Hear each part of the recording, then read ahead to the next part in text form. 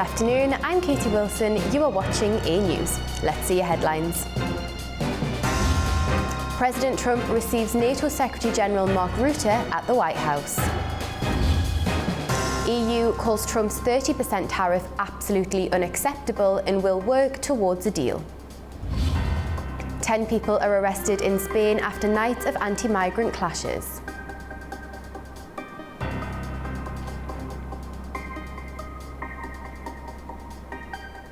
President Trump met with NATO Secretary-General Mark Rutte at the White House on Monday. They met for strategic talks focused on security, defence cooperation and the ongoing war in Ukraine. The meeting at the White House underscored NATO's broadening agenda as leaders addressed several pressing regional and global issues. President Trump referenced recent diplomatic progress in the South Caucasus, expressing confidence in efforts to resolve long-standing tensions between Armenia and Azerbaijan. And we solved other one that we just seem to have, Armenia and Azerbaijan. It looks like that's going to come to a conclusion, successful conclusion. President Trump then turned to Russia, voicing strong dissatisfaction with the ongoing war in Ukraine. He warned that unless Moscow shifts its stance, Washington would impose heavy secondary tariffs, a move designed to pressure not just Russia, but its trade partners as well. One of the reasons that you're here today is to hear that we are very unhappy, I am, with Russia. But we'll discuss that maybe a different day. But we're very, very unhappy with them, and we're going to be doing very severe tariffs if we don't have a deal in 50 days. Tariffs at about 100%. You'd call them secondary tariffs. You know what that means. The talks also reaffirmed NATO's long-term backing for Ukraine. Secretary-General Rutte praised a new wave of European-led military contributions, highlighting close coordination among allies to strengthen Ukraine's defense capacity. You called me on Thursday that you had taken a decision. And the decision is that you want Ukraine what it needs to have to maintain, to be able to defend itself against Russia, but you do want Europeans to pay for it, which is totally logical. And this is building on the tremendous success of the NATO summit, the 5%, but also the decision to keep Ukraine strong and the decision to increase our defense industrial production. So based on that, that was Europe stepping up. This is again Europeans stepping up. So I've been in contact with many countries. I can tell you at this moment, Germany massively, but also Finland and Denmark and Sweden and Norway, the United Kingdom, the Netherlands, Canada. They all want to be part of this, and this is only the first wave. There will be more. The NATO Secretary-General noted that Ukraine is set to receive a significant boost in military supplies, including missiles, air defense systems and ammunition. Support aimed at increasing pressure on Moscow and prompting a shift toward renewed peace efforts. Well, as NATO's chief visits Washington, the US is stepping up support for Ukraine with new long-range weapons. Our Washington correspondent Ubi Shabandar has more. A major shift in the Trump administration's Ukraine policy on Monday as Washington ramps up weapons shipments to Ukraine to include offensive long-range missiles capable of striking deep into Russian territory and even into Moscow.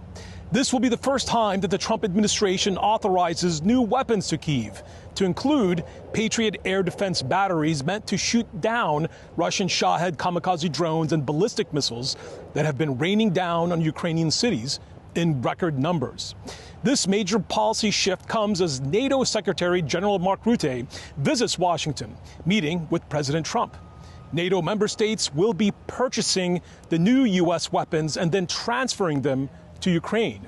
Selling the weapons to NATO allies makes the move more aligned with President Trump's America First policy agenda. Previously, most weapons sent to Ukraine came directly from existing U.S. weapons stockpiles. The genesis for President Trump's policy decision came about following his meeting in late June with the Ukrainian President Volodymyr Zelensky during a NATO summit. That meeting reset the personal relations between the two leaders.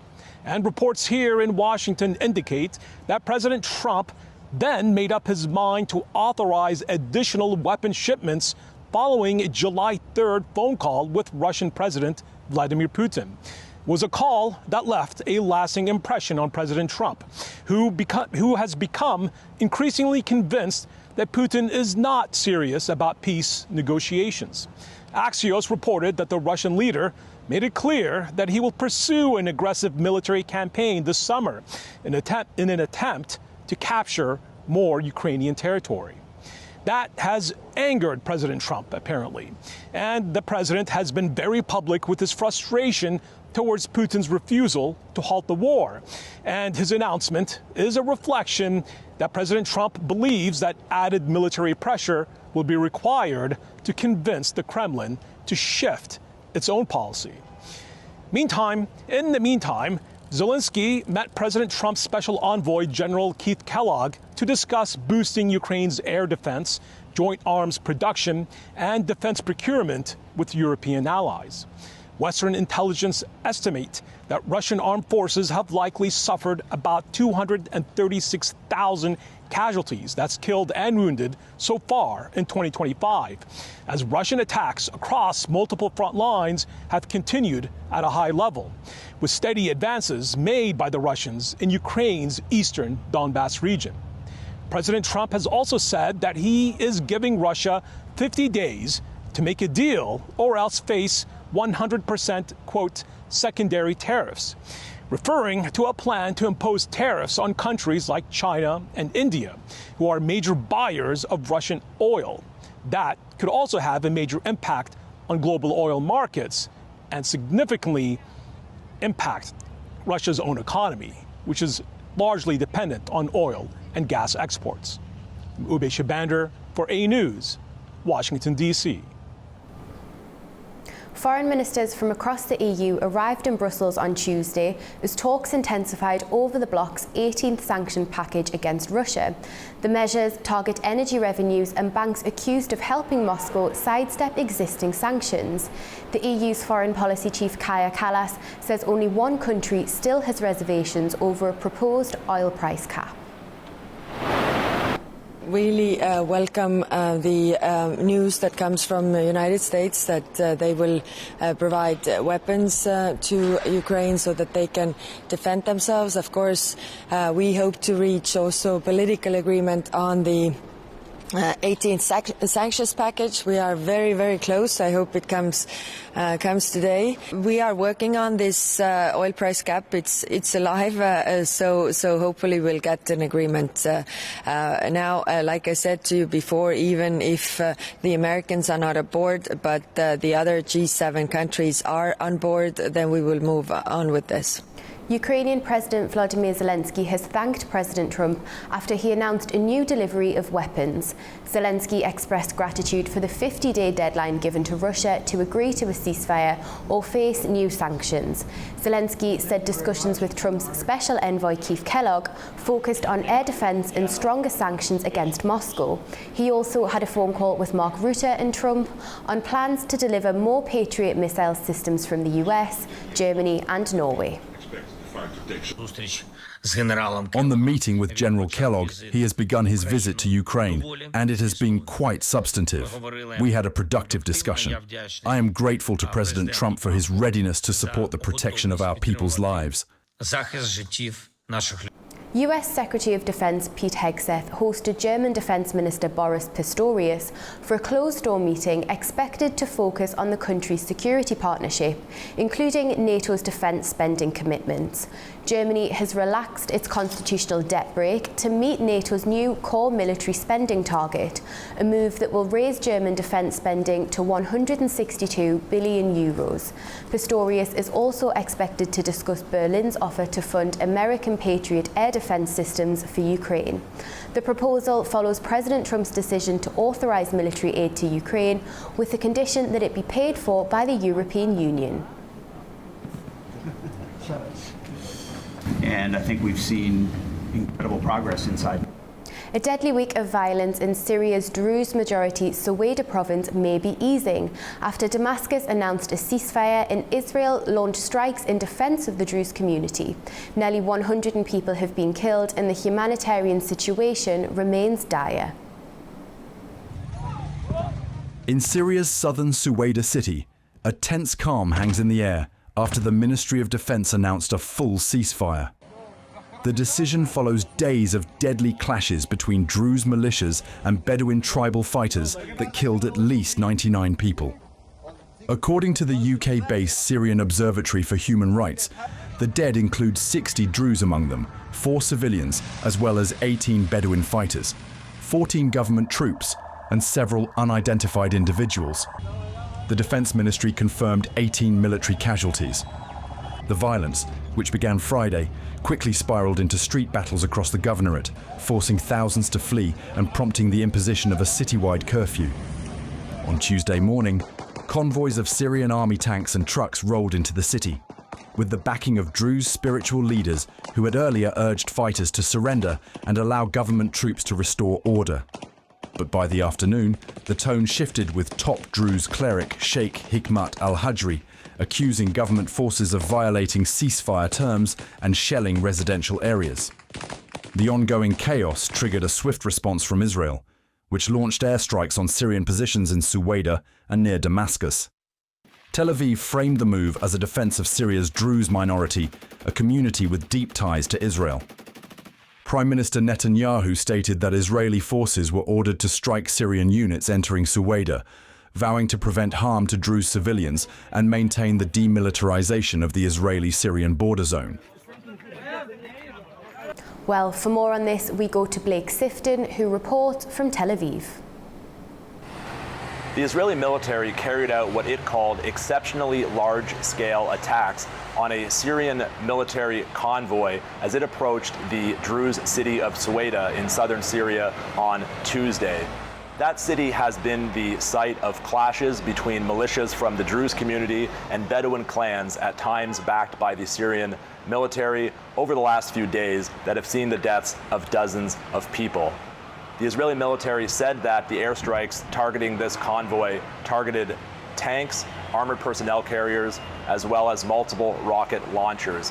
And these attacks Tuesday followed earlier Israeli military airstrikes that targeted a convoy of Syrian tanks as they also approached the city of Suwaida on Monday. Under pressure from its own Druze minority, the Israeli government has positioned itself as the protector of Syria's Druze community following the downfall of former Syrian President Bashar al-Assad in December. Israeli Prime Minister Benjamin Netanyahu and Defense Minister Israel Katz said in a joint statement on Tuesday that Israel is committed to preventing harm being inflicted on the Druze in Syria, owing to the deep covenant of blood with our Druze citizens in Israel. In addition to positioning itself as this protector of the Druze community in Syria, Israel has also vowed to enforce the demilitarization of southern Syria and prevent armed groups from entering the region next to the Golan Heights, which it controls. Blake Sifton for Anewz in Tel Aviv. Donald Trump's sweeping tariff threats have sparked pushback across Europe and Mexico. The US president says he's open to talks, while leaders from Brussels to Mexico City say they are ready to negotiate, but not without firm red lines. European Union officials are heading to Washington to negotiate a deal on tax hikes, according to US President Donald Trump. It's after he proposed 30% tariffs at the weekend, which would take effect on the 1st of August. Trump says he's open to negotiations with the EU and other partners, but he warned that action would be taken if no deal is reached. The deals are made. There are no deals to make. They would like to do a different kind of a deal, and we're always open to talk. We are open to talk, including to Europe. In fact, they're coming over, they'd like to talk to us. Trump's move has drawn strong pushback. EU trade ministers met in Brussels on Monday, called the tariffs absolutely unacceptable. Trade Commissioner Maroš Šefčovič warns that such measures could devastate transatlantic trade and vows countermeasures if talks fail. However, he does remain hopeful for a deal backed by both EU governments and Parliament. It was also very clear today, and I have to say that comparing to the previous discussions we had with the ministers, now it came very clear across the table. So if this is a situation, we have to protect the jobs, we have to protect the businesses, we have to protect EU economy, and we need to go for these rebalancing measures. That message was strongest I've witnessed since we started the discussion with the US. The latest tax hikes are part of a broader strategy targeting not only Europe, but also countries such as Japan, South Korea and Mexico. Mexico's president has hit back at US criticism that her government was not doing enough to combat fentanyl. Claudia Sheinbaum defends her government's record, urging the US to tackle trafficking and gun smuggling on its own soil. We are doing our part. They also have to do their part. We have insisted on matters related to controlling the flow of weapons from the US into Mexico, on the arrest of people involved in drug trafficking in the US, and on the responsibilities that belong to the United States. Sheinbaum said both sides are nearing a new security agreement, but ruled out any deployment of US forces inside Mexico. Well, the US is bringing back tariffs on fresh tomatoes from Mexico, ending a key trade agreement in place since 2019. The move is part of Washington's broader push for tougher trade terms. The US Commerce Department has announced a 17% duty on most fresh tomato imports from Mexico, withdrawing from a suspension agreement that had paused an anti-dumping investigation since 2019. According to the US, the tariffs are meant to address what it calls unfair pricing. Mexico has pushed back, calling the move unjust and harmful to producers on both sides of the border. The country exports more than $3 billion in tomatoes annually, most of it to the US. Mexican officials warn the duty could raise prices for American consumers, noting that 2 out of every 3 tomatoes eaten in the US come from Mexico. The Trump administration says the move is part of efforts to secure better deals for American farmers. Mexico, meanwhile, says it will support its tomato producers and try to reach a new agreement, just as it did in 2019 when a similar dispute was resolved after 4 months. Tensions are running high in southeastern Spain after 3 nights of violent clashes in the town of Torre Pacheco. Riot police were deployed to break up confrontations between far-right groups and North African migrants. The unrest was triggered by a suspected assault on an elderly resident, which sparked a wave of anti-migrant outrage.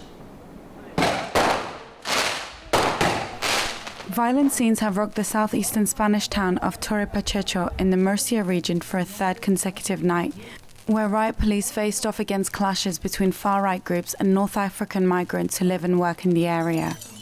Masked demonstrators hurled fireworks and bottles at officers, who responded with rubber bullets in an attempt to disperse the crowds. Police arrested at least 10 people for offences ranging from assault to hate crimes. The unrest followed an attack on a man in his late 60s on Wednesday last week. Police say the main suspect has now been arrested in the Basque Country, with 2 others also detained in connection with the assault. We don't want any violence, nothing. We just want justice. We just want to be left alone. We want to live in peace. As the clashes continued into Tuesday morning, voices from the community are urging calm and unity. What an age we live in with this discrimination. We are in the year 2025, valuing immigrants, united with mutual love.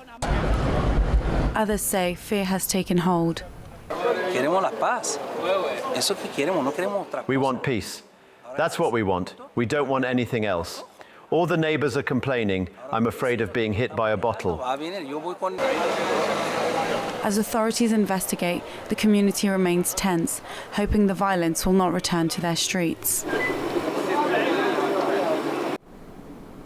China says it successfully launched a fresh cargo mission to its Tiangong space station, sending the Tianzhou 9 spacecraft into orbit. It's now docked and is delivering essential supplies and scientific equipment to the Shenzhou 20 astronauts, who've been there since April. The Tianzhou-9 cargo spacecraft has successfully docked with the orbiting Tiangong space station, according to the China Manned Space Agency. It's after it was launched on Tuesday to deliver supplies, where the Shenzhou 20 astronauts will transfer its contents. They've been on board the station since April 2025.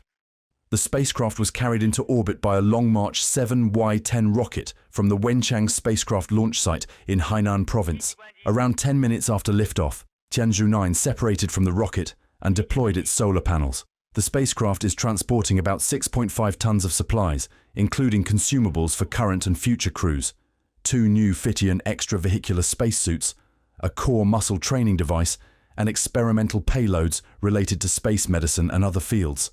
This mission marks the 4th cargo delivery since the Tiangong space station entered its application and development phase.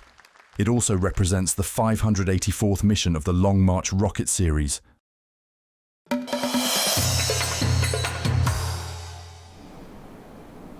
The European Union unveiled investment plans of up to €2.5 billion for Armenia as part of the Global Gateway strategy aiming to boost infrastructure and economic ties.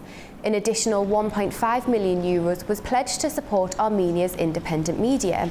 These commitments followed Prime Minister of Armenia Nikol Pashinyan's working visit to Brussels, where he met with EU leaders Antonio Costa and Ursula von der Leyen. Both sides had reaffirmed their deepening partnership, while Pashinyan reflected on the discussion as productive and substantive.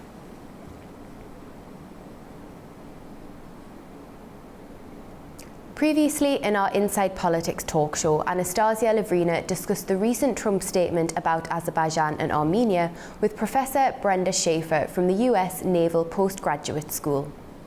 You know, Trump says a lot of things, and even about a month ago when the Secretary of State Rubio was listing the foreign policy accomplishments of the new administration, you know, they listed Armenia, Azerbaijan, that peace.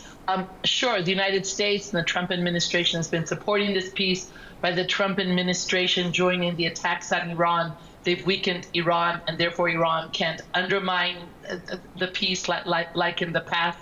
But as Hikmetagiev said, I believe over the weekend, essentially there is peace between Armenia and Azerbaijan, and the two sides are just going to decide on their own how to formalize it. I believe the U.S. has an interest that an American company, would run or operate the Zengezur corridor. This could help depoliticize it. I think we need to be very cautious. I mean, we're seeing, what happens now. Private companies, when they were in Iraq and Afghanistan, now in the Gaza Strip, it doesn't always go. It doesn't always depoliticize, and sometimes it creates a lot of challenges as well. I think also we need to make sure that Russia is comfortable with the Zengezur corridor, because we don't want Russia, the U.S. to sort of push Russia away from this project or from the region, because Russia will, return and try to undermine stability. So it's probably better to have something which isn't a pure American project, but something that there's an interest of both Russia and Iran in its stable operation. Georgia's foreign trade turnover saw a notable rise in the first 6 months of the year. Preliminary figures from the country's statistics office show that both exports and imports are on the rise, but the trade deficit remains significant. According to the National Statistical Committee, Georgia's foreign trade turnover reached over $12 billion from January to June, up 12.7% year on year. Exports rose by nearly 14%, totaling just over $3.2 billion, while imports climbed to almost $8.7 billion. Despite the growth, the trade deficit stood at $5.5 billion.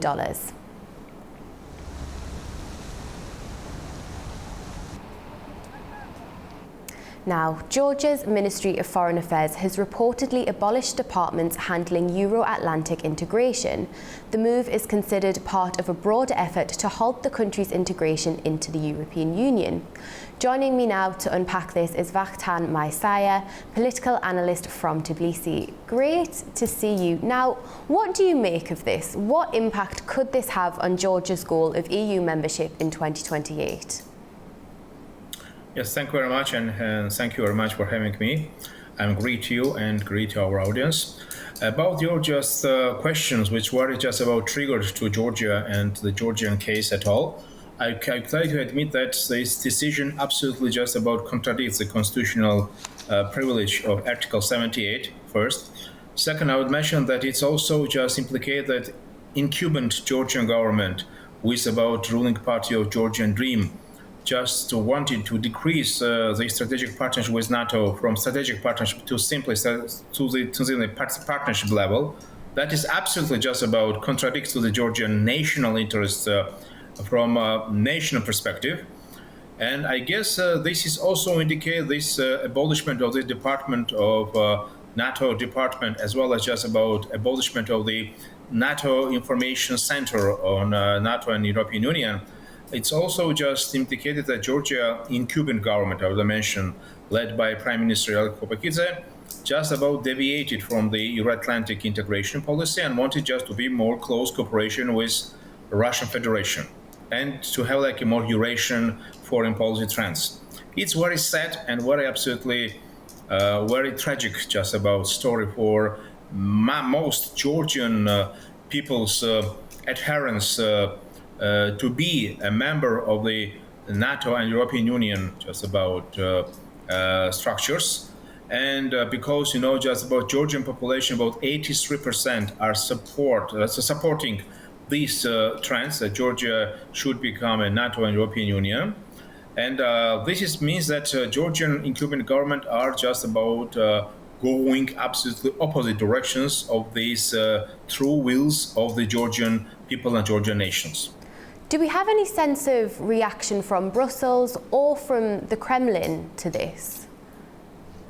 Well, Kremlin also just sealed and welcomed this trend, and of course it was just about to vote by this spokesman of the Maria Zakharova, who also just mentioned that it's like absolutely good provisions from the Georgian incumbent government. Of course, Brussels also just expressed some regrets, mainly about NATO headquarters, about these steps and these provisions, but nevertheless, Georgia still just about engaging in Euro-Atlantic integration provisions, and as I know, just very soon, just about in Georgia should be held at the NATO international drill in ages of the PFP spirit.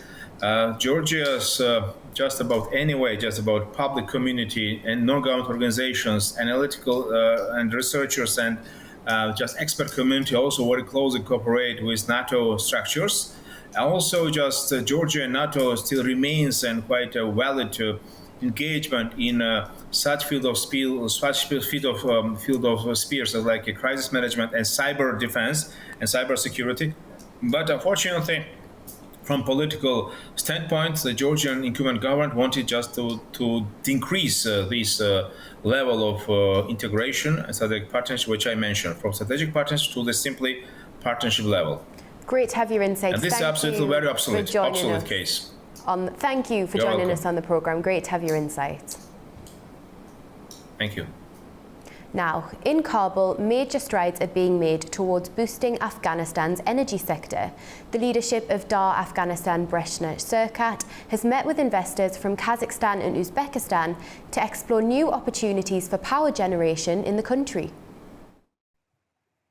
The CEO of the Afghanistan Breshna Sirkat, Dr. Abdul Bari Umar, welcomed energy investors from Kazakhstan and Uzbekistan at the company's headquarters in Kabul, where discussions focused on expanding investment in Afghanistan's power generation sector. Dr. Umar briefed the delegation on the vast opportunities available for energy production, highlighting the government's readiness to support both national and international partners.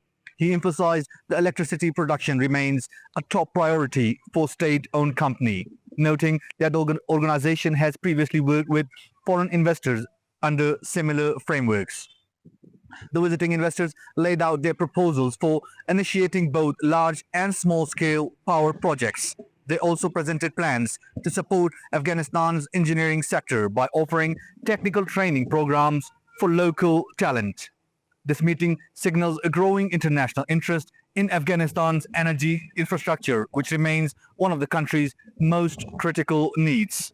With promises of cooperation and mutual benefits, the talks mark a hopeful step toward expanding electricity access in Afghanistan. This is Tamim Bahiz in Kabul for Anewz. Well, that's all we have for now. Thank you for watching and stay tuned to Anewz.